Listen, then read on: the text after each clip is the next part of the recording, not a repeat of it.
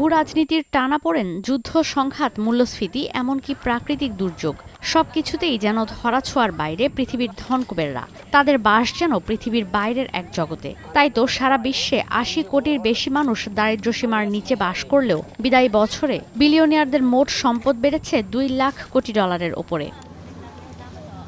ফোর্বসের real time billionaire index অনুযায়ী গেল বছর বিশ্বের ৫০০ জন ধনকুবেরের সম্পদের ঝুলিতে যুক্ত হয়েছে রেকর্ড $2.2 ট্রিলিয়ন। এর মধ্যে প্রায় অর্ধেক সম্পদই ৮ জন ধনকুবেরের হাতে গেছে। সব মিলিয়ে তাদের অর্থের পরিমাণ বেড়েছে প্রায় $12 ট্রিলিয়ন। দৌড়ে এগিয়ে আছেন Elon Musk, Jeff Bezos, Larry Ellison ও ল্যারি পেজ। ২০২৫ সাল যেন ধনকুবেরদের জন্য ছিল আশীর্বাদের বছর। এই বছরই ওরাকলের চেয়ারম্যান ল্যারি ইলিসন, অ্যালফাবেট সহ প্রতিষ্ঠাতা ল্যারি পেজ, টেসলার প্রতিষ্ঠাতা ইলন মাস্কের সম্পদ উল্লেখযোগ্য হারে বেড়েছে। এর মধ্যে ৩১শে ডিসেম্বর পর্যন্ত ইলন মাস্কের মোট সম্পদ হয়েছে $৭২৬ বিলিয়ন।